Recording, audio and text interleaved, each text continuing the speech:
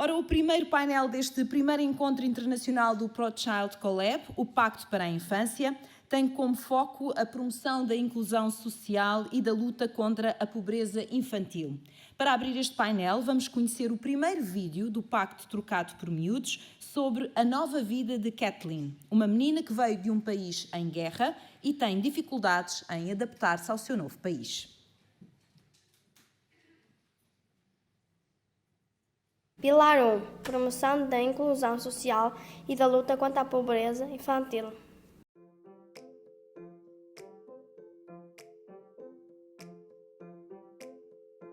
Esta história foi criada pelos alunos do 3º e 4º ano da Escola Básica 1 de Gondar, em Guimarães.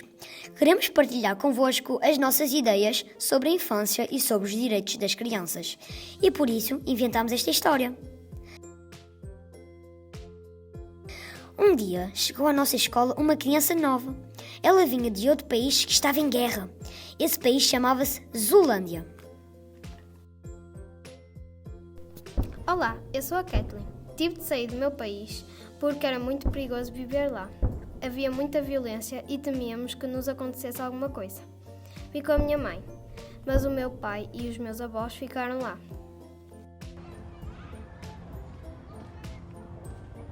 Olá, eu sou o Francisco.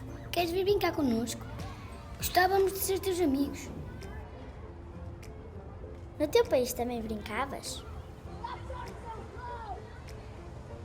Sim, brincava muito com os meus amigos. E os teus pais também brincavam contigo? Sim, eles trabalhavam, mas também tinham muito tempo para brincar comigo e fazermos coisas divertidas. A minha mãe aqui tem de trabalhar muitas horas e depois fica muito cansada para brincar. E já nem posso tocar glautarra. Glautarra? O que é isso? É um instrumento musical do meu país. Quando estava lá, tinha aulas, mas aqui as aulas são muito caras e não há estas atividades da escola. Já lancharam todos? Kathleen, trouxeste lanche? O que trouxeste para o lanche? Não gosto muito da comida daqui. É muito diferente do meu país. E aqui as coisas são muito caras. Na Zulândia, os alimentos saudáveis são muito baratos. Comemos muita fruta e vegetais frescos. E a nossa cozinha era grande e tinha muitas coisas.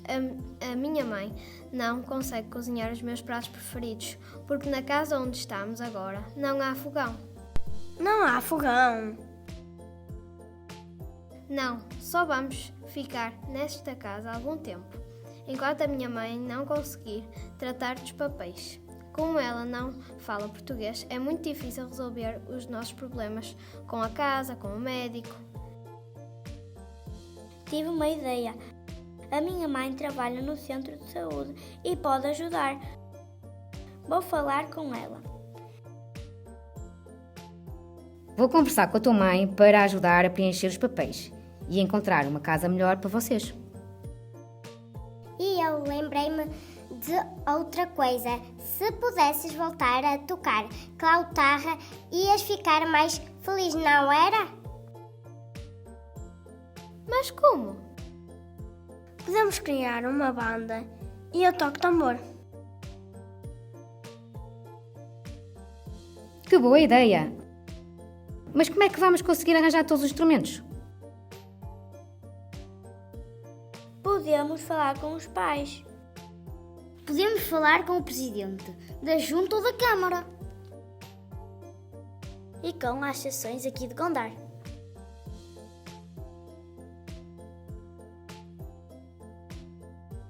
Passados alguns meses, no final do ano letivo, com a ajuda de todos, tínhamos uma banda formada.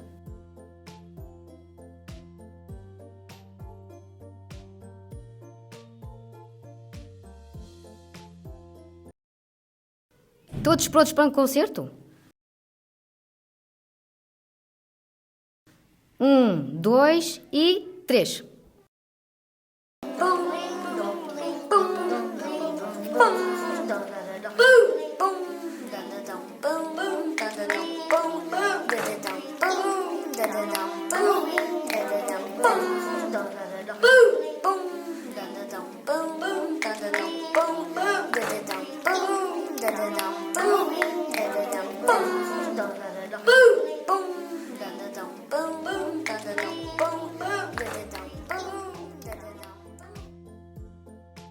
Todos na comunidade ajudaram a Kathleen a integrar-se.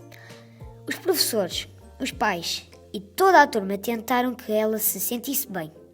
Foi uma grande ajuda conseguirmos que ela voltasse a tocar glautarra.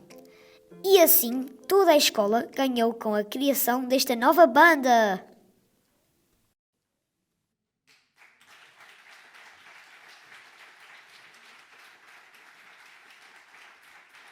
É fantástico. É fantástico ouvir estes testemunhos que existem de verdade. Eu estava a ver este vídeo a lembrar-me do caso da Maria, uma menina que veio da Ucrânia e que veio só com o avô paterno. Já tinha cá uma tia que estava cá há muitos anos e ela também era uma menina que cantava e a música foi o fator que a ajudou mais rapidamente a integrar-se. Ela não sabia uma palavra de português, mas em 15 dias, porque os miúdos são notáveis nisto, ela estava a cantar português na perfeição, sem saber dizer nada. E realmente a música foi o que a agarrou mais rapidamente nesta reintegração. Por isso, isto é uma história que poderia ser bem a história de tantas crianças que existem neste país. Parabéns, parabéns pelo vídeo, fantástico.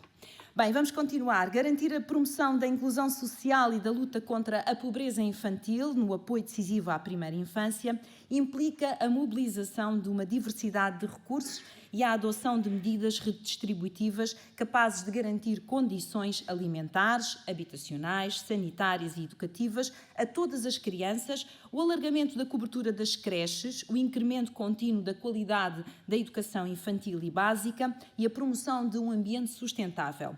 Para abrir este painel e refletir connosco sobre medidas efetivas de combate à pobreza infantil, temos o gosto de receber Bob Victor Nyland, diretor do Centro de Investigação da Unicef, Innocenti, em Florença.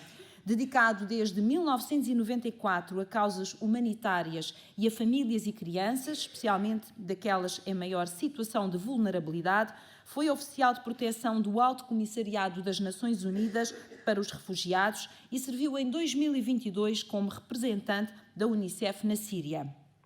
Como membro da Unicef, trabalhou em várias partes do mundo, focando a sua atividade na promoção de uma responsabilidade social corporativa e de uma política humanitária de defesa dos direitos e proteção das crianças. As boas-vindas a Bo Victor Nyland.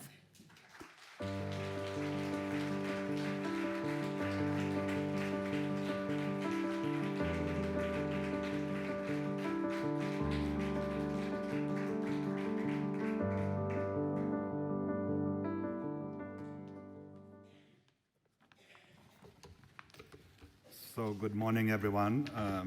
Following Asmundur is a hard act to follow, so wish me luck here. Also, I'm going to be the statistician, I think, this morning, so it's a little bit maybe boring, but I hope it will be exciting, and I think it also help complement in the sense of looking at the Portugal-specific information. But before I go there, I also wanted to thank the organizers, Isabel, for the invitation. I really hugely appreciate being here today. I too go way back with Marta. In fact, when I left Finland, my home country, in 1994, to work as an intern for the UN Refugee Agency, Marta was a member of the Committee on the Rights of the Child. And I was working in the team on human rights in the Office of the High Commissioner for Refugees, and had the opportunity to always follow the sessions of the committee. And so our collaboration started there, and then of course, 3 years later, I joined UNICEF, and we had a great opportunity to work together across the years. So it's a great pleasure to be in such distinguished company this morning. So I wanted to kick off by looking a little bit at the historical overview of child poverty in Portugal. And then I'm going to go into some of the trends. This is coming a little bit later, so don't look at this slide yet. I want to first look back a little bit. And I want to look at basically the last two decades, and we will see that there's a lot of work that has been done. There's a lot of good progress, in fact, in Portugal, and I think this really fosters a good, fertile ground to do even more, and including learning from some of the lessons in Iceland. And so it's a really good opportunity right now to be looking at this. Where are we coming from? Take stock of some of the positive measures and look at what is the next step. So I represent here today, let's say, the think tank of UNICEF. Since last year, we've been a little bit reconfigured as an office. We're now the Global Office of Research and Foresight. And so we look and take stock at the situation today, but we're also very much these days looking at the future thinking and future-informed anticipatory policy making. Because in the world today, we need to make decisions that have an impact in the future, as we also saw from Asmund's presentation. And so we're also increasingly investing in having that future perspective, including, really importantly, working with children and young people in order to inform both the way that we analyze, the way we get information, asking children and young people themselves about their opinions, but also in the actual research and foresight exercise and the thinking about how we do business and make decisions today that will help make the right path forward for the future. I also want to briefly just say that at the Global Office of Research and Foresight, our primary work is with low and middle income countries. So we really invest a great deal of where the highest levels of poverty are present around the world. However, we also have a segment of looking at high-income countries, which actually started in the year 2000, where for the first time, UNICEF Innocenti at the time looked at publishing a report called A League Table of Child Poverty in Rich Nations. And so since then, we have been developing these reports intermittently, not every year, but this year, actually in a couple of weeks, the report card number 18 will be issued, and it's focusing once again, it's the 5th report that focuses on child poverty, and the one that I will be speaking to later when I come to some of these reports as well. So with that, the report card series today, it includes 43 countries. When we started with it, it was slightly smaller. The EU and OECD countries are what is including. And by 2005, when the report card for the first time included Portugal, because in 2000, Portugal was not yet included, it returned to the issue of child poverty, and at that time, we covered 26 countries. So it was a focus on the European area, and Portugal was number 21 out of 26 countries that were covered. And so this was in 2005. So we could see that child poverty had been increasing in Portugal during the 1990s when we looked at that report and the period that had passed, and that the government policies at the time had relatively little impact on how child poverty levels were kind of stagnant during that period. So in 2012, when report card 10 again focused on child poverty, this time in 29 countries, Portugal was in the bottom third of 2 ranking tables, one focused on income poverty, so a monetary measure, and the other one on child material deprivations, so like having not enough food for the day, not having shoes or clothing in good condition, or not having money to be actively participating in school activities. And so in 2012, still relatively low performance in comparison to other European countries, being in the bottom third of the 2 tables that we produced at that time.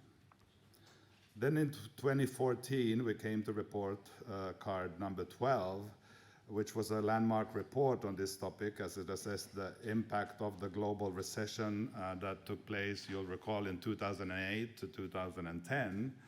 And it looked at 41 countries. Now we incorporated all of the OECD countries as well. And this time, this is when we start seeing that Portugal is improving in terms of its performance. So while some countries had seen substantial increases in child poverty during that period, Portugal was now in the middle. So out of the 41 countries, Portugal now was at the 22nd place in the league table. And Portugal had experienced only relatively small increases compared to the other countries during that recession and the economic crisis that took place in 2008 to 2010. And the report also showed that the government's actions were achieving some reductions in inequalities. And I think that's really important when we just saw this video right now. Within societies as well, some of the most vulnerable are those that are, of course, based on gender. Girls end up more easily in poverty than boys, but also in terms of those most excluded, such as migrants and refugees. So this time in 2023, we have again returned to the topic of child poverty in report card 18, as I mentioned. And while I cannot disclose, because the report is coming out in a couple of weeks, what the ranking of Portugal will be in the report, I look forward to you reading it so that you can find out the details. But this report focuses on two elements. First of all, the child income poverty. So the proportion of children who live in households well below the average household in the country, and then the non-monetary poverty, which is based on deprivations that the child is experiencing. Now, a key theme of our recent analysis is that 2012 to 2019 was a prosperous period in high-income countries. So prior to COVID, prior to the war in Ukraine, prior to the financial crisis that followed, that was a really key moment when countries were able to invest in tackling social problems such as poverty. And so we analyzed to the extent to which they took that opportunity in this report. And then, as we know, the period that started, it's a very different picture. It's been much more turbulent. So we can also analyze how well countries have done during this very challenging period. So let me then move to the current picture, and I will now start speaking to this slide that is on the screen. So in the EU 27, child income poverty rates fell from the plateau of around 21% in 2013 to 2015 period, and fell to 19% in 2019. And so you see the EU 27, the blue, and you see how there's been a small, let's say, decline in this recent past from 2013 to 2019. And as we see here, Portugal fared quite a bit better than the average within the EU, reducing from above 25% in 2013 to some 19% in 2019.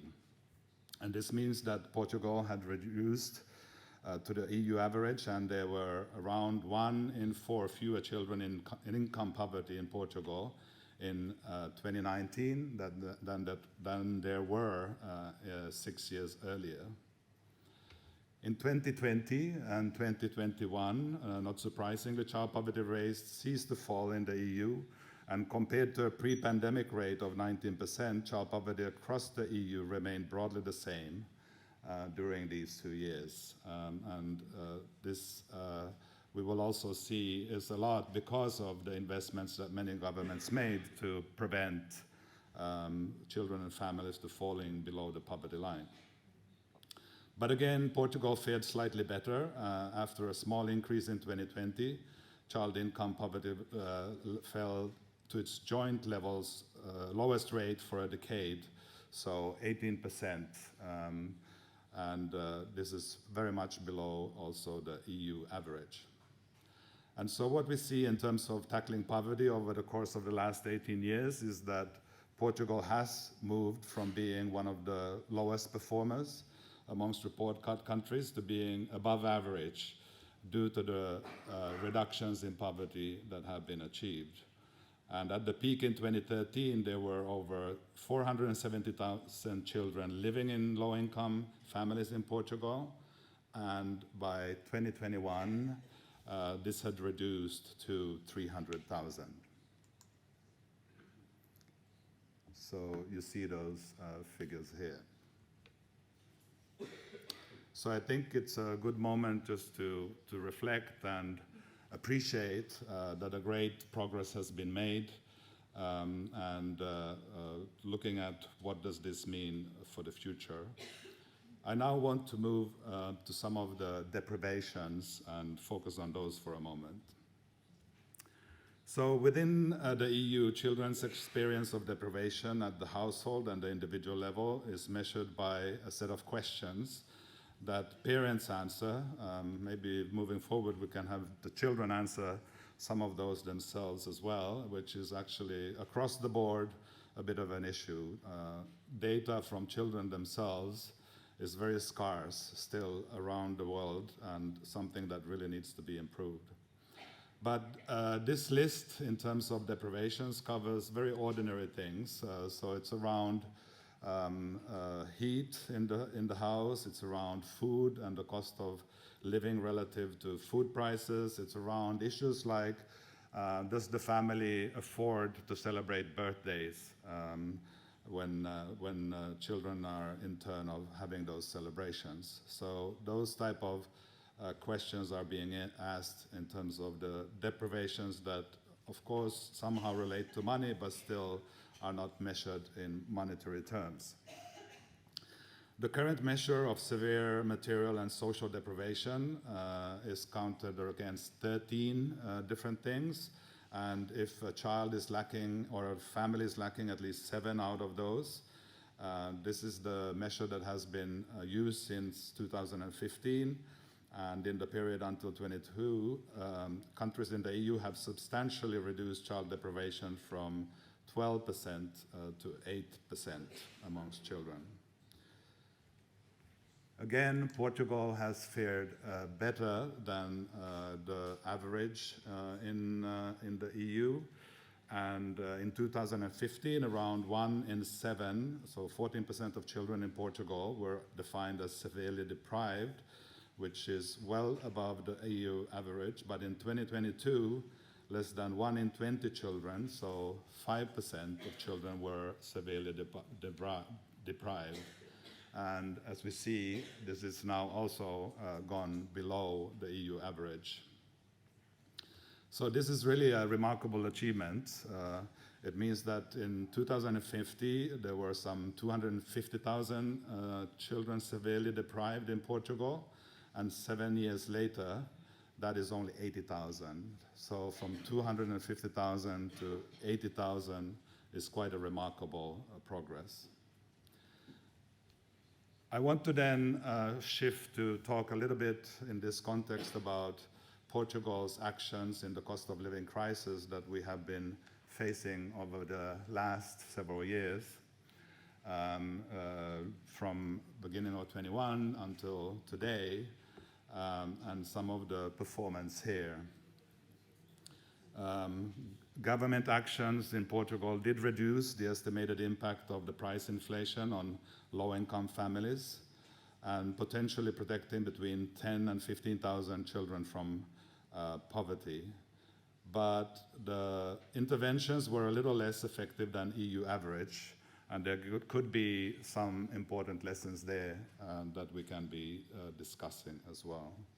And some of the details you see here in terms of comparing Portugal against the EU average. So here you see the baseline where the EU was at 19.4 and Portugal slightly lower, and then with EU average in terms of some of the food and energy inflation as well as inflation after government actions where it has come slightly down.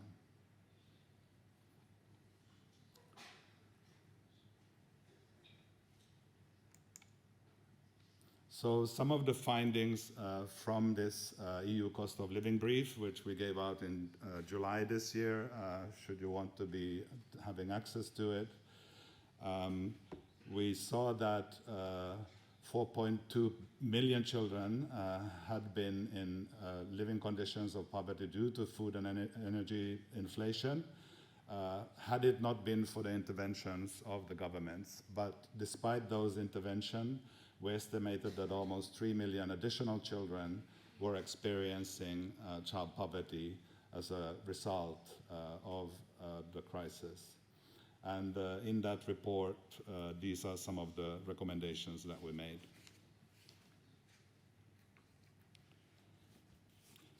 So I want to then move to the last section, which is about policies, and talk about some of the challenges that have been there over the last few years, and really take stock that despite this situation, child poverty has not increased in the last 3 years in Portugal.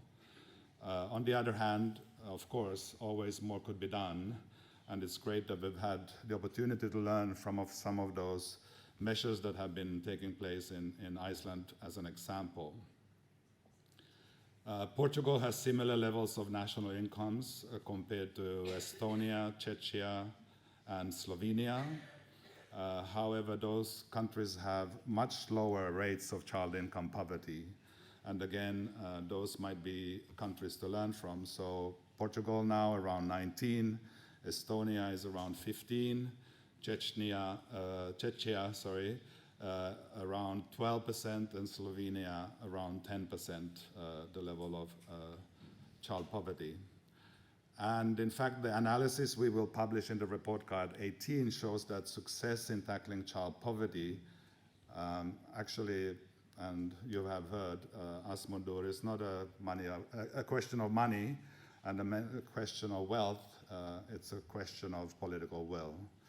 And having that kind of calculation of how it makes also financially sense can help bring some of that political will to the table. Our analysis of policies focuses mainly on cash assistance to children and families, which can be highly effective means of reducing child poverty. And so if we look at the next slide, this one, you can compare and see the average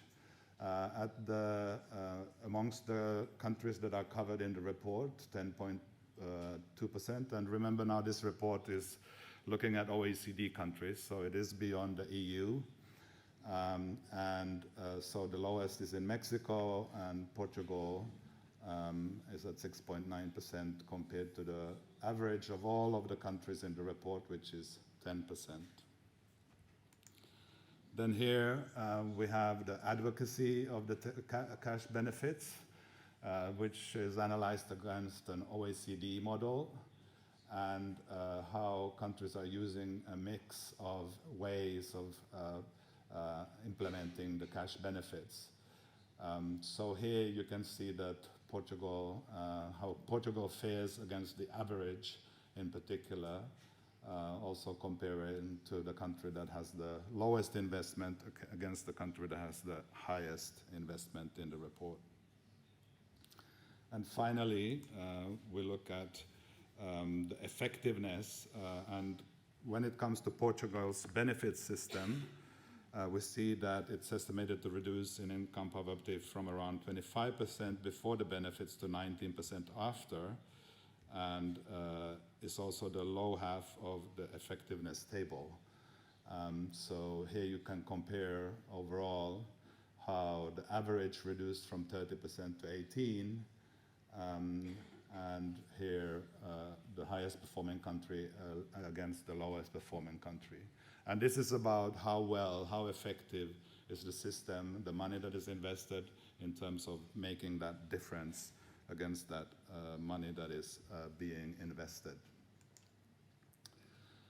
So I don't think there's any magic with, when you hear also compared to what Asmundur has been talking about in terms of some of the actions,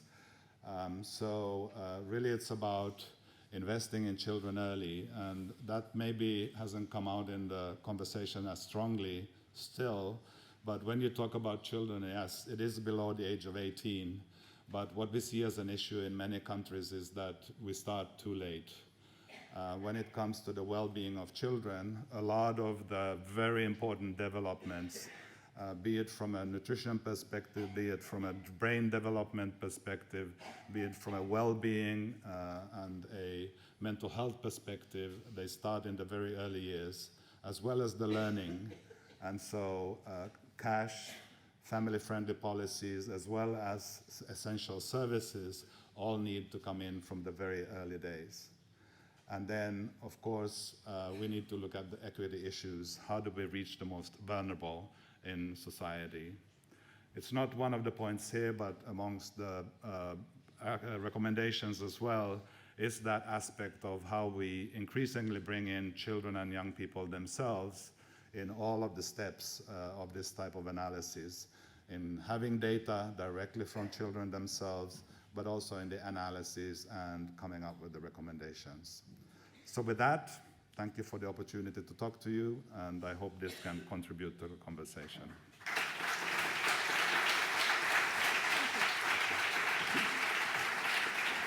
Muito obrigada. Para aprofundar o trabalho que o Pacto para a Infância tem vindo a desenvolver no âmbito do primeiro pilar, iremos agora dar início a uma mesa redonda moderada por Raquel Corval. Doutorada em Psicologia Aplicada, é investigadora do ProChild CoLab e atualmente coordenadora responsável pelo eixo Desenvolvimento e Educação. Como convidada desta mesa, vamos receber Sandra Araújo, coordenadora da Estratégia Nacional contra a Pobreza. Licenciada em Serviço Social, em 1994, ingressou na Rede Europeia Anti-Pobreza, tendo ocupado o cargo de diretora executiva entre 2006 e 2022. Foi ainda responsável pela coordenação da atividade do Observatório Nacional de Luta contra a Pobreza e do Observatório de Luta contra a Pobreza em Lisboa. Recebemos também Sónia Almeida, coordenadora nacional da Garantia para a Infância. Com mais de 10 anos de trabalho hospitalar em pediatria, trabalhou nos gabinetes da Secretaria de Estado da Segurança Social e da Ministra do Trabalho, Solidariedade e Segurança Social e coordenou o grupo de trabalho focado no aperfeiçoamento do sistema de promoção e proteção de crianças e jovens em risco. Já estão então posicionadas estas nossas oradoras, a Raquel Corval, Sandra Araújo e Sónia Almeida. Muito obrigada. Bom dia a todos e a todas. Cumprimento cada um e cada uma, agradecendo a vossa presença hoje aqui. Gostaria, antes de começar, de lembrar a existência do nosso QR Code, a partir do qual podem deixar questões acerca deste painel e que tentaremos deixar um espaço no final para dar resposta. É realmente um enorme gosto e responsabilidade, ao mesmo tempo, estar aqui a dinamizar esta mesa redonda com duas convidadas de grande relevo para o tema sobre o qual hoje queremos refletir, que é exatamente a promoção da inclusão social e da luta contra a pobreza. A Pordata divulgou recentemente um conjunto de dados que fazem um retrato do nível de pobreza da população portuguesa em geral e da infância em particular, que nos deve levar a uma profunda reflexão e que se alinham de uma forma muito direta com a apresentação que acabou de ser feita. Portugal, de facto, tem vindo a perder a sua população mais jovem nas últimas décadas, é um dos países mais envelhecidos da Europa e as crianças entre os 0 e os 15 anos representam hoje cerca de 13% da população. Os dados mostram ainda uma população em mudança e, por isso, também confrontada com novos desafios, nomeadamente a presença crescente de migrantes, que já são 5% dos 1,3 milhões de crianças e jovens em Portugal. Quanto à pobreza, os números continuam a ser preocupantes. Nós temos 1,7 milhões de pessoas em risco de pobreza em Portugal, sendo as famílias com crianças a seu cargo as que registram maior índice de pobreza, nomeadamente as famílias monoparentais e as famílias com 3 ou mais crianças a seu cargo. Importa ainda lembrar que estes valores de pobreza e os índices de pobreza atuais têm em conta aquilo que são as transferências de prestações sociais e, portanto, se nós retirarmos esse efeito dos números, a incidência de pobreza subirá de uma forma mais significativa. E, de facto, a questão das transferências sociais assumem extrema importância naquilo que é a mitigação da pobreza em Portugal, como acabamos de ver, porém não permitem resolver de forma estrutural o problema da pobreza e é, de facto, importante esta aposta ao nível das políticas públicas. O aumento de rendimentos, embora fundamental, não tem sido suficiente para fazer face à inflação e àquilo que são os custos da habitação e dos bens essenciais atualmente. E, portanto, nós verificamos aqui um retrocesso naquilo que era a melhoria dos indicadores de pobreza, não apenas na transmissão geracional da pobreza, mas também nesta transferência da pobreza para outras franjas da população, nomeadamente as populações migrantes. Para além destes mecanismos, a erradicação da pobreza, para que seja possível, importa assegurar aqui a operacionalização efetiva de alguns princípios orientadores, com reflexo nas medidas e nas ações, a nível nacional e a nível local, no sentido de respostas que sejam verdadeiramente estruturantes. A discussão que hoje trazemos aqui acerca daquilo que são os desafios e as oportunidades que atualmente se levantam nesta área teve o seu início há vários meses, como a professora Isabel Soares referiu no seu início, com a possibilidade que tivemos de realizarmos grupos de discussão onde juntamos à mesma mesa especialistas no tema deste pilar. Destes grupos, com discussões muito ricas e significativas, resultaram algumas ideias sobre aquilo que são os princípios orientadores a ter em conta nas medidas, das quais eu vou realçar aquelas que nos pareceram mais relevantes. A importância, por um lado, de potenciar os programas e as medidas que já estão em curso. E, portanto, antes de pensarmos em novas medidas, pensar como é que nós podemos investir, nomeadamente naquilo que é a avaliação do que está a ser feito, em detrimento de um investimento na criação de novas medidas. Nós temos boas medidas, temos bons instrumentos, importa, de facto, olhar para eles, avaliar a sua eficácia, o seu impacto e a forma como estão a ser implementadas. Depois, esta ideia da abordagem multissetorial, integrada e colaborativa, que de facto permita acrescentar valor e rentabilizar aquilo que são os recursos disponíveis de uma forma integrada naquilo que são as comunidades locais. Para tal, é essencial nós assegurarmos o envolvimento efetivo das autarquias, assegurando uma abordagem de proximidade com aquilo que é a comunidade de natureza colaborativa, pensando em cada município e naquilo que é a caracterização de cada um destes municípios. Também um aspecto que foi altamente debatido tem a ver com a estabilidade dos programas e das medidas, já foi referido aqui hoje na comunicação do Sr. Ministro, e que tem a ver com a forma como os ciclos económicos e políticos acabam por ter impacto naquilo que são os programas e as medidas em ação e que seria importante, de facto, assegurar que, independentemente daquilo que é o ciclo económico e político, as medidas se manteriam em implementação de uma forma estrutural a longo prazo e com longo alcance. Por outro lado, a questão das políticas e medidas que assegurem simultaneamente a igualdade de oportunidades e a adaptação às necessidades de cada criança. Dado que este fenómeno da pobreza é diverso e multidimensional, a mesma medida pode não servir a todas as crianças ou a todas as famílias em situação de vulnerabilidade. E, portanto, é fundamental, por um lado, a existência de políticas que respondam aos direitos de qualquer criança, mas também às necessidades específicas de cada território, de cada família, de cada criança.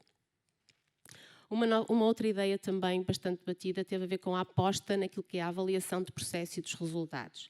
A importância de nós monitorizarmos as medidas de combate à pobreza infantil foi várias vezes referida no grupo de discussão.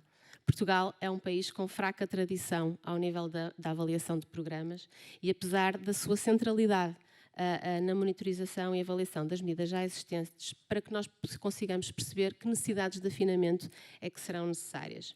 Nesta linha, esta ideia, esta visão dos territórios como laboratórios foi uma ideia bastante discutida nos grupos, apostando de facto naquilo que é a avaliação das práticas e na disseminação de práticas que tenham sido alvo de evidências em termos de eficácia e impacto. Uma outra ideia-chave, e muito importante também, já referida aqui hoje, tem a ver com a valorização do investimento nos primeiros anos de vida. Já percebemos que compensa, há vários estudos que o demonstram, hoje tivemos mais um exemplo, e este investimento nos primeiros anos reflete-se de uma forma transversal nos diferentes territórios, nos diferentes grupos sociais, permitindo responder àquilo que são as necessidades de todas as crianças, nomeadamente as mais vulneráveis.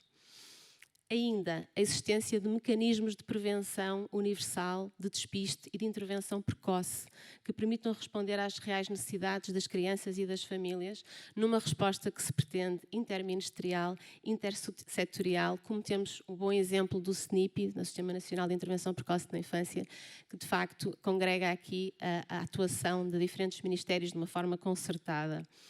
Por último, a importância da descentralização das competências. Apesar de haver um grande potencial nas autarquias, a descentralização, a regionalização também acarreta algumas ameaças, alguns riscos, nomeadamente uma grande divergência na forma de atuação, naquilo que são os recursos disponíveis em cada município e na identificação da própria infância e da pobreza infantil como prioridades na agenda política dos municípios. Tanto o Plano da Estratégia Nacional contra a Pobreza como o Plano de Ação da Garantia para a Infância são pontos de partida que assentam numa visão da pobreza como um fenómeno que exige uma atuação integrada das diferentes áreas setoriais implicadas para que possamos reduzir para metade a taxa de pobreza nas crianças, como é o objetivo deste plano. Esta integração de políticas interministeriais é fundamental para resolvermos o problema da pobreza de uma forma estrutural. É essencial olhar de uma forma integrada para a saúde, educação, trabalho, as condições sociais, mas também é crucial que o Estado seja capaz de criar uma rede colaborativa composta por todas as entidades do setor social e não só, e os recursos de cada instituição, de forma a que eles sejam o mais eficientes e eficazes possível.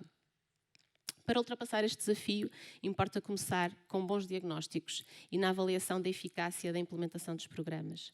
Este trabalho tem de assentar numa rigorosa análise da pobreza no contexto português, com todas as suas assimetrias e particularidades locais. É um diagnóstico-chave que serve de base àquilo que é o planeamento e a implementação das ações necessárias, quer a nível local, quer a nível nacional. Sabendo que a elaboração do Plano de Ação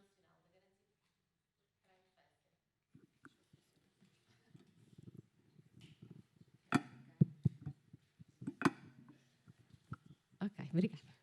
Portanto, sabendo nós que a elaboração deste Plano de Ação Nacional da Garantia para a Infância teve como ponto de partida a necessidade de elaborar uma abordagem diagnóstica daquilo que é a pobreza das crianças em Portugal, que dimensões, doutora Sónia Almeida, lhe parecem fundamentais ter em linha de conta ao nível do diagnóstico da situação nacional? Podemos hoje dizer que conseguimos elaborar um retrato rigoroso das circunstâncias da pobreza infantil em Portugal? Parece-lhe possível perspectivarmos uma melhor capacidade diagnóstica para o futuro? Sabemos ainda que a pobreza assume particularidades distintas em função dos territórios onde as crianças vivem. Será possível também perspectivarmos uma melhor correção dessas assimetrias?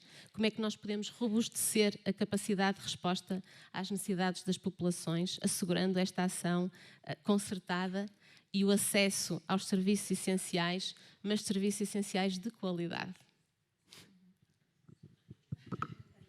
Muito obrigada, são muitas questões. Vamos ver.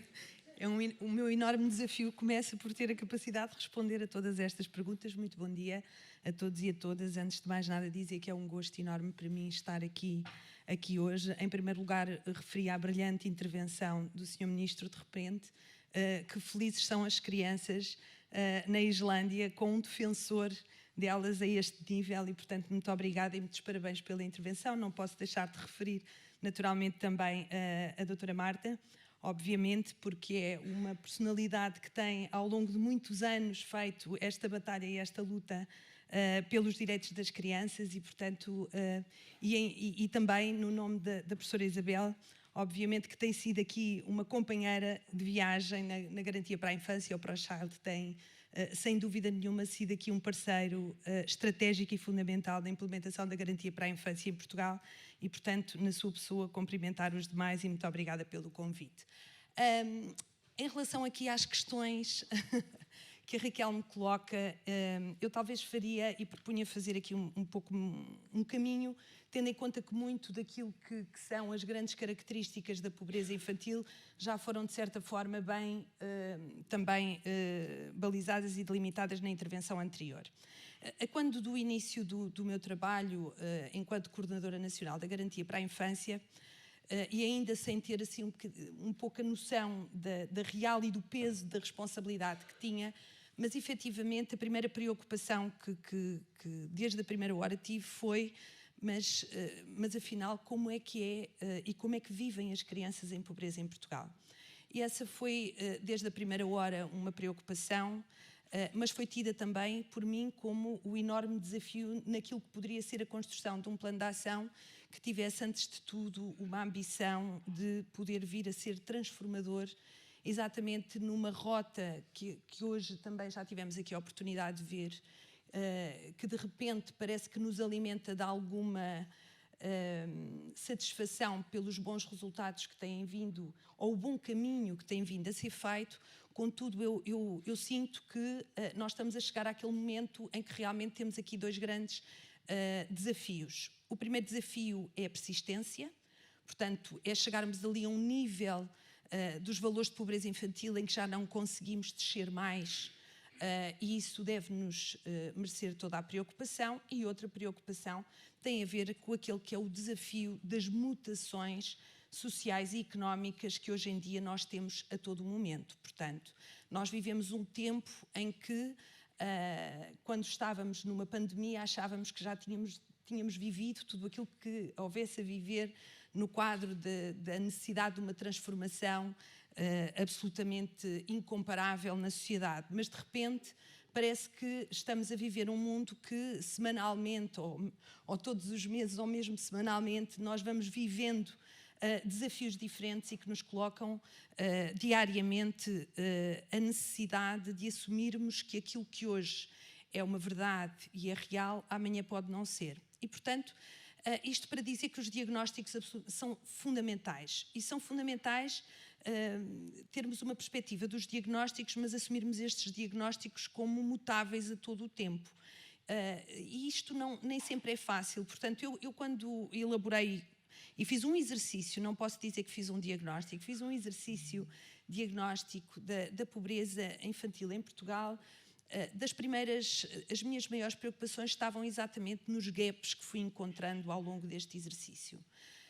E eles são muitos. Portanto, há uma multiplicidade de áreas, há uma multiplicidade de situações que nós não conseguimos efetivamente avaliar com a informação que hoje em dia nós temos disponível. Sabemos quais é que são as grandes características, os grandes traços, sabemos o risco da monoparentalidade e das famílias alargadas, também sabemos que as crianças tendem a ser um subgrupo com taxas mais elevadas do que o conjunto da população em Portugal, também sabemos que as crianças e a taxa da pobreza vai aumentando consoante as crianças vão descendo e que isso tem uma relação muito direta com aquilo que tem vindo a ser também a concentração da proteção social a um nível da primeira infância. E, portanto, nós temos efetivamente estas grandes linhas que, no fundo, também têm permitido tomar decisões muito substantivas sobre políticas que efetivamente visam contrariar exatamente estas tendências. Pontuo apenas aqui a prestação da garantia para a infância, que é uma prestação que pela primeira vez ela vem com o mesmo nível de apoio, quer seja uma criança com 3 meses, com 5 meses ou com 17 anos. E, portanto, todos estes dados permitem-nos efetivamente ter estas ferramentas diagnósticas e perceber, mas quando nós entramos dentro daquilo que é a necessidade desta avaliação multidimensional, e esta sim é a questão crítica, eu diria que não é questão crítica em Portugal, é questão crítica no mundo inteiro. Portanto, esta visão multidimensional daquilo que é a circunstância do compromisso que uma situação de pobreza para uma criança tem no acesso a estes serviços essenciais, e são os serviços essenciais de que toda e qualquer criança, desde que nasce, precisa para poder efetivamente constituir-se como um adulto com plena formação e ter acesso a um bem-estar ao nível do seu desenvolvimento. E, portanto, aqui é que reside também a maior dificuldade, até do ponto de vista da capacidade do retrato e da avaliação. Portanto, a expressão não é minha, é do professor Carlos Farinha Rodrigues, mas é necessário fazer um zoom. E quando nós fazemos este zoom, temos que contar com todos aqueles que estão na proximidade. Portanto, não é possível ambicionarmos uma capacidade de leitura rigorosa sobre a circunstância da pobreza infantil se não tivermos a capacidade de envolver neste trabalho todos aqueles que estão na proximidade e agora acrescento mais pelo facto, como hoje aqui também já foi falado, que vivemos um momento de centralização de competências e, portanto, eu diria que o papel das autarquias é perfeitamente fundamental em todo este trabalho. Daí, no âmbito do planeamento e no desenho daquilo que foi a proposta do modelo de governação para a garantia para a infância em Portugal, não ficaram de fora todos estes patamares e estes níveis de intervenção, acreditando que só uma verdadeira complementaridade entre aquilo que é, e sem dúvida nenhuma, a centralidade da criança nas políticas públicas e nas políticas públicas intersetoriais. Não basta ser só no Ministério da Proteção Social, nem no Ministério da Saúde, nem no Ministério da Educação. Só a conjugação de toda esta prioridade nas políticas de todas estas áreas é que podem efetivamente marcar a diferença. E depois, não deixando de fora, naturalmente, aquela que também tem sido a importância, e sabemos da importância das políticas de rendimento ao nível do impacto que elas têm na pobreza, mas efetivamente elas têm um impacto sobre aquilo que é a qualidade de vida nas crianças, é sempre um impacto indireto. E, portanto, não podemos assumir como sendo este o único foco quando estamos a trabalhar a circunstância da pobreza. Outra questão que é muito relevante, principalmente também nesta altura em que temos um país de fronteiras abertas, este desafio das migrações tem que ser assumido por todos. Porque nós temos crianças a entrarem diariamente no nosso país que são crianças que nem sequer falam a nossa língua. E, portanto, ou nós temos a capacidade de as integrar e, efetivamente, nos moldarmos aquilo que é a necessidade dessas crianças, que necessariamente são diferentes daquelas que nós temos em Portugal e que nascem em Portugal, ou então nós estamos hoje, em Portugal, a produzir pobreza para o futuro.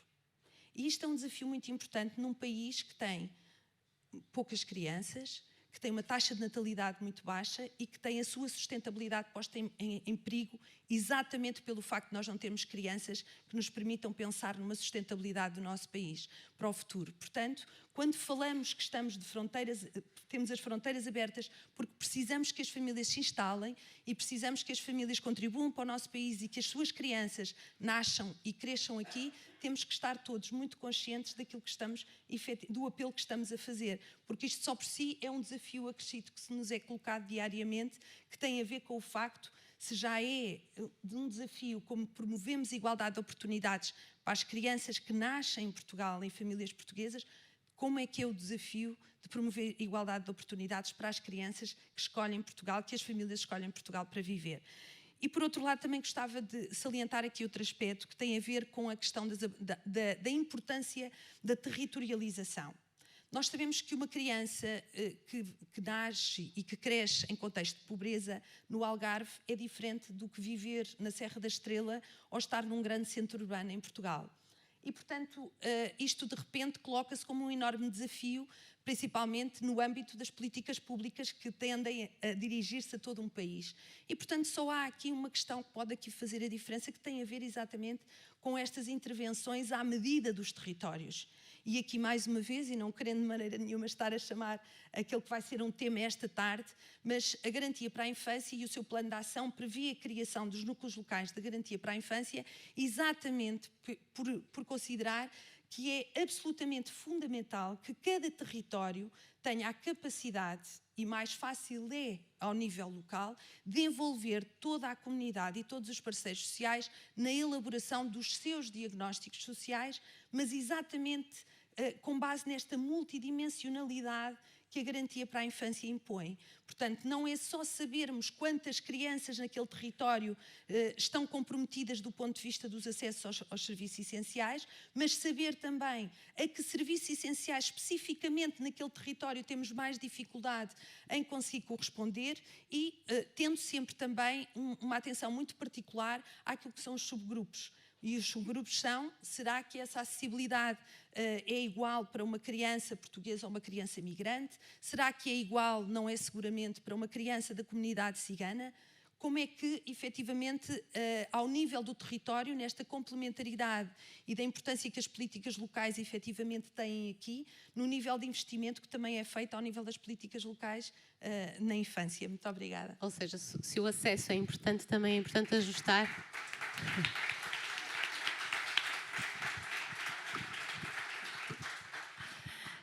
Também é importante ajustar essa resposta e termos, de facto, profissionais capacitados para o fazer e para oferecer uma resposta verdadeiramente eficaz para estas populações. É um desafio estrutural, como dizíamos. Este trabalho em rede colaborativa, em articulação, é um ingrediente essencial para que, de facto, possamos atingir este objetivo e esta ideia de que oferecemos cada vez mais autonomia ao poder local para definir as prioridades, estratégias que permitam implementar estes planos de ação. O Programa Rede Social, o Plano da Garantia para a Infância, o Plano de Ação da Estratégia Nacional de Combate à Pobreza são, de facto, instrumentos que se constituem como grandes oportunidades, como falamos, quer nos grupos de discussão, quer depois nesta preparação da mesa redonda, para responder a este desafio. E eu agora lançava a pergunta à doutora Sandra, como é que nós podemos lá chegar e o que é que importa assegurar usando realmente estes instrumentos, como é o caso do plano da ação, no caso da Estratégia Nacional de Combate à Pobreza, para chegarmos àquilo que é o nosso objetivo. Muito obrigada, doutora Raquel. Também quero aqui fazer um cumprimento naturalmente à ProChild por esta iniciativa muitíssimo importante. Nós precisamos de mais momentos destes, de estarmos em conjunto e refletirmos com uma diversidade e com diferentes visões. Cumprimentar naturalmente também o Sr. Ministro, que foi altamente inspirador. Eu acho que o mote que nos deixou logo na entrada nesta sessão de abertura já permitiria termos aqui uma grande conversa e um benchmarking que também é muitíssimo importante, e cumprimentar todos os ilustres oradores e participantes que estão hoje aqui connosco. Em relação ao desafio que me coloca e ao papel também da Estratégia Nacional de Combate à Pobreza, é exatamente este compromisso, desde logo, ao mais alto nível, portanto um compromisso político que tem que ser assumido, e a Estratégia Nacional de Combate à Pobreza resulta no fundo de uma resolução do Conselho de Ministros em que há uma articulação muito importante de várias áreas governativas, porque implica muito necessariamente um reforço de políticas sociais, mas não fica apenas pelo reforço das políticas sociais, é preciso garantir o acesso também a serviços essenciais e serviços básicos e comportáveis e de elevada qualidade. E, portanto, há um grande investimento e justamente um dos primeiros eixos da estratégia é exatamente esse, o eixo de reduzir a pobreza monetária das crianças e suas famílias, porque as crianças estão inseridas em famílias pobres e, portanto, tudo é necessário para garantir esta integração e esta articulação de serviços, que é seguramente a palavra-chave no combate à pobreza. Em relação aos instrumentos que dispomos, nós hoje em dia temos de facto um plano de ação da garantia para a infância, que também foi adotado este ano e está a ser implementado um pouco por todo o país através dos núcleos locais da garantia para a infância. Temos uma estratégia que define metas muito precisas até 2030. A estratégia apresentou agora também o seu plano de ação para 2025 e há um compromisso, como disse, ao mais alto nível. Portanto, há um sistema de monitorização que irá ser implementado para percebermos até que ponto é que nos estamos a desviar dos objetivos programáticos que temos, e que alguns são de facto ambiciosos. E temos, a nível territorial, o Programa da Rede Social, que foi criado em 1997 e que de facto foi um fórum, uma plataforma fundamental, porque é no território que os problemas existem e que estão as populações e as pessoas, é ali que se passa tudo. E, portanto, a Rede Social foi, quando foi criada em 1997 e teve uns anos de ouro, nos período áureo ali entre 2000 e 2010, foi uma animação territorial, foi a questão de trabalhar entre o setor público, a administração pública local e trabalhar também o setor social, mas teve ao longo do tempo, e a verdade é que há assimetrias territoriais, nem todas as redes sociais tiveram o mesmo dinamismo, apesar de algumas terem feito um trabalho brilhante e estarem a fazer um trabalho brilhante do ponto de vista do conhecimento dos problemas sociais nos territórios, do ponto de vista do planeamento estratégico e até do ponto de vista da monitorização e do desenvolvimento de projetos piloto. Mas temos assimetrias e temos diferenças muito importantes num território que é bastante pequeno e, portanto, temos este desafio muito grande de voltar a revitalizar a rede social. investir recursos também na rede social e criar aqui formação, capacitação dos interlocutores e criar e consolidar uma visão do que é aquilo que é o combate à pobreza, ao nível também territorial, e a articulação de políticas de nível europeu, nacional, regional e local. Criar um sistema de governação multinível. Este é um grande desafio que também nos suscita, inclusivamente, a implementação dos grandes fundos estruturais. A estratégia e o seu plano está muito alicerçada também em grandes investimentos e grandes reformas que estão a ser conduzidas quer pelo programa, pelo PRR, quer pelos fundos estruturais, e implicam uma implementação territorial e local. Eu acredito que a rede será um instrumento poderoso para a implementação dos territórios, mas nós precisamos de capacitar os recursos. A disseminação da informação é muito importante. Eu creio que ainda existem lacunas muito importantes naquilo que tem a ver com o conhecimento, inclusivamente dos programas que estão disponíveis, e são muitos, há um grande catálogo de programas que estão disponíveis, estão avisos a sair neste momento, avisos no âmbito do PT 2030, no âmbito dos programas operacionais regionais. Existe muita dificuldade de quem está no território de conhecer verdadeiramente e ter capacidade de elaborar candidaturas e inclusivamente de depois fazer a monitorização. E acho que a Estratégia Nacional de Combate à Pobreza pode trazer essa vantagem, que é importante, que é investimento ao nível também dos sistemas de monitorização e termos a capacidade de percebermos como é que estamos a evoluir e criar uma bateria de indicadores que possa ser harmonizada e monitorizável também nos territórios. Falou também dos contratos locais de desenvolvimento social. Nós já vamos na 5ª geração dos contratos locais de desenvolvimento e vai ter continuidade. Está previsto também no âmbito da Estratégia Nacional a sua continuidade, com uma meta também até 2025. Os contratos locais de desenvolvimento social são um instrumento também importantíssimo para materializar e densificar aquilo que é o Plano de Desenvolvimento Social nos territórios. O que me parece é que os contratos ficaram um bocadinho desligados daquilo que é o Plano de Desenvolvimento Social, e nós precisamos outra vez de garantir a coerência dos instrumentos. Garantir a coerência dos instrumentos e voltar a uma questão que para mim é muito sensível, é muito delicada e que tem tudo a ver com aquilo que hoje já foi aqui dito também, que é a questão da participação. Da participação das crianças, da participação dos jovens, da participação das pessoas em situação de pobreza. Nós só conseguimos eficácia e eficiência de todos estes instrumentos, com investimentos importantes que estão a ser conduzidos e que estão disponíveis, se conseguirmos esta negociação, esta articulação e este envolvimento e esta participação de todos. E eu creio, sinceramente, que é aí que reside ou vai residir o sucesso de todos estes programas. Coerência, articulação, negociação, capacidade de envolvimento de todos os atores, e quando estou a falar de todos os atores, estou a falar também dos principais destinatários das medidas, a capacidade de eles criarmos mecanismos não só da escutação, mas de que eles estejam, de facto, envolvidos e que estejam envolvidos também na monitorização e na avaliação dos programas. E essa pode ser o busilis da questão. Precisamos de ter, de facto, mais formação, do ponto de vista desta interação, desta negociação. Precisamos de investir naquilo que é planeamento estratégico, uma visão para os territórios. Eu creio que essa dimensão é muitíssimo importante, saber o que é que queremos efetivamente e onde é que queremos chegar.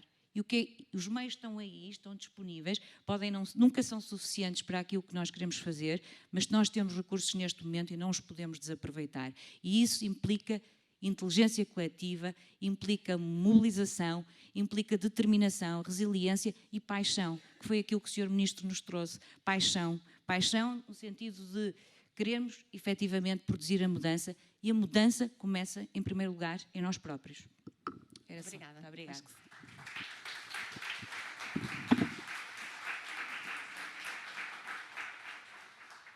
Nós temos agora alguns minutos para responder a alguma questão que tenha surgido, entretanto, durante esta mesa redonda. Não sei se alguém terá alguma pergunta. Alguma reflexão?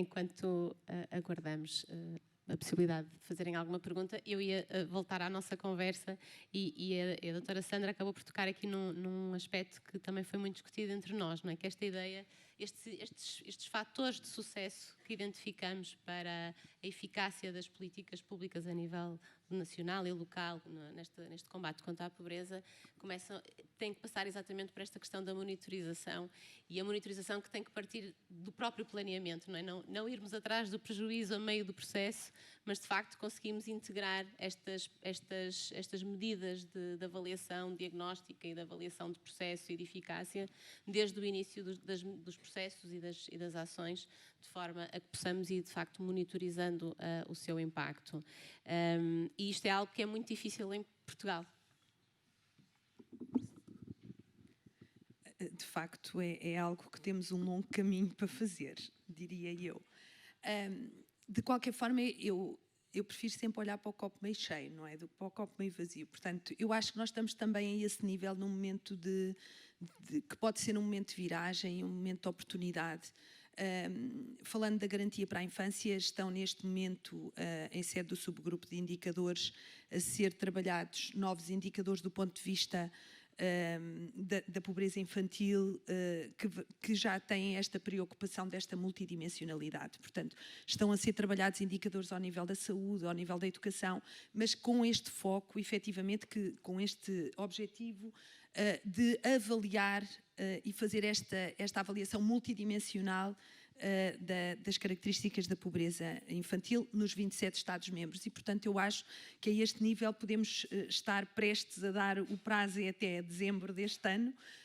Portanto, estamos prestes a poder dar aqui um salto muito qualitativo do ponto de vista da capacidade de monitorização a este nível. Ao nível nacional, quando do plano de ação foram logo assumidos, do ponto de vista nacional, 73 indicadores que, no fundo, sempre com esta preocupação de medir impacto, porque eu sinto que temos muitas vezes a tendência a medir o processo e não medimos o impacto, porque o impacto é o mais difícil de medir. E depende do processo. Completamente, depende do processo, mas efetivamente é esse salto que temos que conseguir dar, que tem a ver com termos a capacidade de medir o impacto. Só para dar nota, e vou já dar aqui a palavra à Sandra, só dizer que no âmbito da garantia para a infância, o que nos encontramos a fazer relativamente a esta matéria concreta da monitorização, para além daquilo que já foi assumido no plano e foi sempre assumido como algo que a todo momento é mutável, portanto nós vamos ter que fazer o primeiro relatório intercalar, agora apresentá-lo à Comissão Europeia até março de 2024 e, portanto, a garantia vai crescendo, como eu costumo dizer, ela nasceu em 2020 e vai crescendo. Portanto, aquilo que nós estamos a fazer neste momento, aqui concretamente em Portugal, nós estamos neste momento no âmbito de uma candidatura que apresentámos à DG Reform, no âmbito do instrumento de assistência técnica, estamos a trabalhar com a OCDE exatamente a um nível da construção de uma matriz de indicadores no âmbito da garantia para a infância que tenha esta preocupação da monitorização local. Portanto, a ideia é criar uma matriz de indicadores que permita aos municípios que estão a criar os seus núcleos locais de garantia para a infância aplicarem essa grelha de monitorização, no sentido de nos ser permitido, e tem muito este objetivo, desta leitura mais subjetiva, que também só está ao alcance de quem está na proximidade. E, portanto, tudo aquilo que os dados nacionais, chamemos-lhe assim, tem a ver com este zoom que eu falava há pouco. E, portanto, nós estamos neste momento na concepção, é um projeto que vai ser lançado publicamente agora no dia 13 de dezembro no Centro Cultural de Belém e a partir daí vamos estar a trabalhar com a CDE na construção desta matriz, que tem aqui uma duração de cerca de 10 meses, 10, 11 meses, a elaboração do projeto e, portanto, espero eu, não é, que este seja um trabalho e a minha grande preocupação foi sempre essa, portanto, neste início da garantia para a infância, a grande preocupação é criar mecanismos e instrumentos de estrutura, portanto, uma garantia que depois fica no tempo com instrumentos criados do ponto de vista estrutural que nos permitam, é certo que não de um dia para o outro, mas que nos permitam no futuro ter uma capacidade de leitura do fenómeno que provavelmente hoje em dia não temos. E assegurar a sustentabilidade daquilo que está a ser desenvolvido neste momento a longo prazo. Muito bem. Em relação à Estratégia Nacional de Combate à Pobreza, nós também estamos neste momento um bocadinho mais atrasados, porque a estratégia, se bem sabem, ela foi aprovada em dezembro de 2021. Uma resolução do Conselho de Ministros, mas o seu plano só foi apresentado e publicamente aprovado agora em outubro de 2023. E neste momento a equipa da estratégia está a trabalhar também com outras equipas, nomeadamente do Gabinete de Estratégia e Planeamento do Ministério do Trabalho e com o Centro de Competências e Avaliação de Políticas Públicas do Plano APP, exatamente na construção da matriz também de monitorização da Estratégia Nacional. Também tencionamos em 2024, provavelmente até ao primeiro semestre, apresentar um relatório de progresso relativamente à monitorização da Estratégia Nacional, porque apesar do plano ter sido apresentado agora em outubro, o que é facto é que o plano é 2022 e 2025, portanto há várias medidas que estão no plano que já começaram a ser implementadas e, portanto, a nossa leitura, o nosso olhar vai ser olhar para estes 2 anos e perceber, do ponto de vista daquilo que eram metas e indicadores, onde é que estamos, relativamente a cada uma das atividades, que são 273 atividades que o plano inclui. Independentemente dessa monitorização de progresso, nós também queremos evoluir para fazer uma avaliação intermédia do plano e uma avaliação do impacto das medidas e, portanto, também estamos a trabalhar nesses indicadores de avaliação de impacto para percebermos exatamente quais são as medidas que são mais eficazes para reduzir a pobreza e a exclusão social. É isso que nos preocupa e nas condições de vida de todos os portugueses. E temos em paralelo outros instrumentos que são muito úteis para a monitorização e que esta estratégia também previu no seu próprio modelo de governação, que foi a criação de uma Comissão Técnica de Acompanhamento alargada, constituída por todos os organismos responsáveis pela execução e implementação das medidas, essa Comissão Técnica de Acompanhamento, e que inclui também 3 personalidades que acompanham este fenómeno da pobreza e da exclusão ao longo dos anos e que podem trazer inputs muito importantes, nomeadamente pessoas ligadas à academia, que podem trazer inputs muito importantes para este trabalho. Esta Comissão Técnica vai ter reuniões regulares, do ponto de vista da monitorização da estratégia, da própria avaliação, e temos também um fórum consultivo. Este fórum consultivo será alargado a um universo muito alargado também de entidades da sociedade civil, académicos, vários organismos, individualidades também, com o objetivo não só de eles serem verdadeiramente embaixadores na implementação da estratégia, mas nos ajudarem a monitorizar o plano e a estratégia nacional. Além disso, já começámos também a desenvolver um conjunto daquilo que nós chamamos Living Labs, fizemos um conjunto de sessões participativas com instituições que estão com a mão na massa, no terreno, organizações sociais, que estão a trabalhar diretamente com públicos vulneráveis, no sentido de conseguirmos que a participação dos destinatários das medidas e serem eles, os próprios, a identificarem no plano as medidas que para eles têm de facto um maior impacto nas suas vidas e perceber que tipo de avaliação e monitorização pode ser feita com a participação das pessoas. Isto é algo inédito que estamos neste momento a conseguir construir. Tivemos 3 sessões piloto já este ano, 2023, e vamos iniciar projetos piloto com a colaboração dos agentes com as organizações sociais no terreno e mobilizando grupos particulares, desde diferentes áreas, da área da deficiência, a área dos migrantes, a área dos jovens institucionalizados, crianças e jovens institucionalizados, identificando diferentes grupos e pô-los a participar neste grande movimento que é necessário, porque é disto que se trata.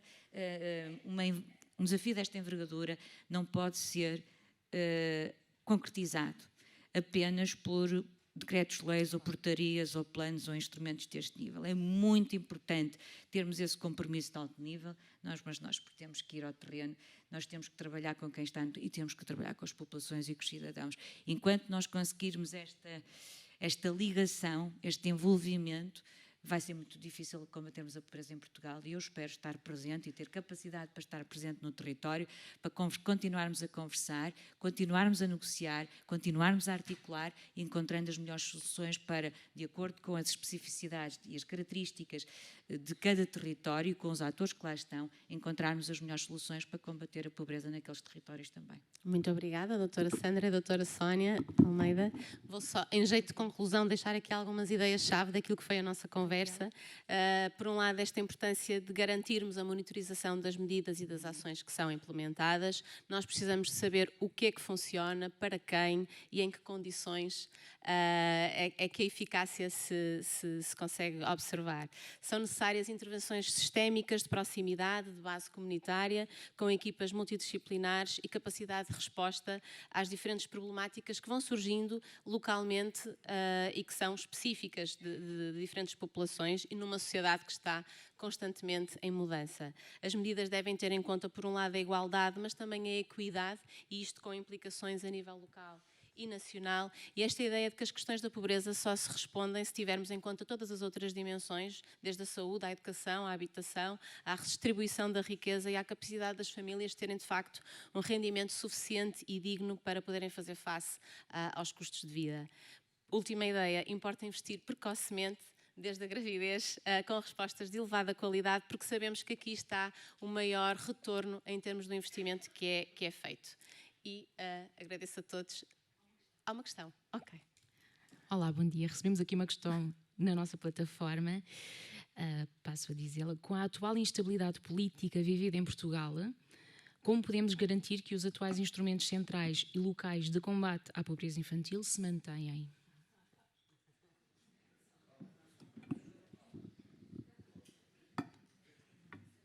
Eu não sei se a pergunta me é dirigida a mim, mas tomo já aqui a dianteira no sentido de dizer que a garantia é uma garantia europeia para a infância e, portanto, a garantia europeia para a infância não tem qualquer alteração no âmbito dos ciclos políticos. Naturalmente que nós temos um plano de ação que está apresentado à União Europeia desde janeiro de 2023, ele já está aprovado, já estamos no âmbito daquilo que é o primeiro relatório intercalar e, portanto, a Garantia Europeia para a Infância está e estará durante todo o tempo que uma União Europeia que fez questão de colocar este tema no centro da sua agenda política, assim o continuará a querer. E tudo farei para que assim continuará a ser. Muito obrigada.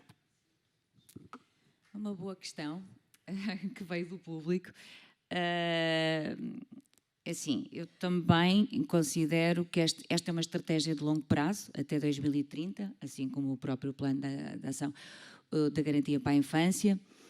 Devo dizer que também foi uma condição habilitadora do próprio Programa de Recuperação e Resiliência e inclusivamente dos fundos estruturais. Portanto, Portugal também está comprometido com metas concretas que foram definidas até 2030. Portanto, independentemente dos ciclos políticos que se seguirem, há um compromisso ao mais alto nível e, portanto, força-nos a dar continuidade às políticas que foram implementadas.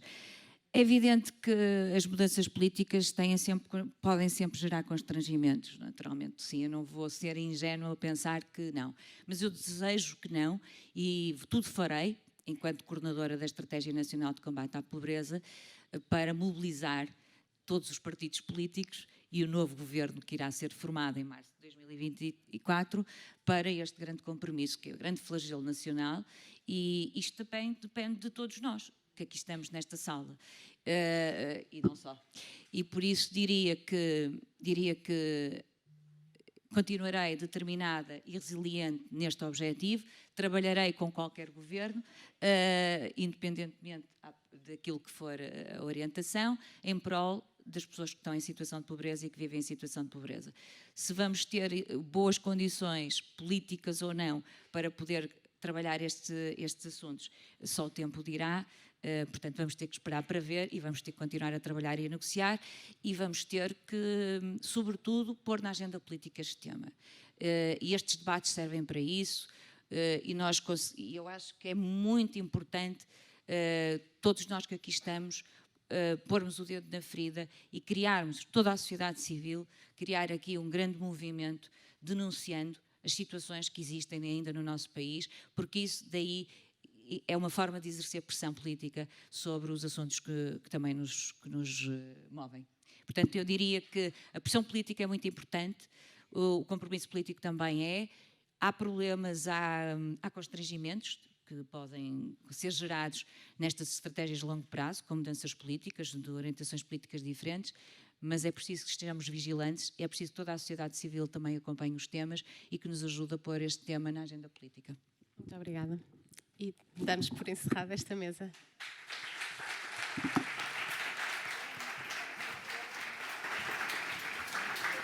Muito obrigada. Antes de iniciarmos o painel 2, iremos fazer uma pausa. Durante este tempo, convido-vos a aproveitar esta oportunidade para assinar a petição do Pacto da Infância junto ao balcão de acolhimento ou através do QR Code projetado. Obrigada, vamos voltar a nos encontrar aqui neste palco às 11h50. Até já.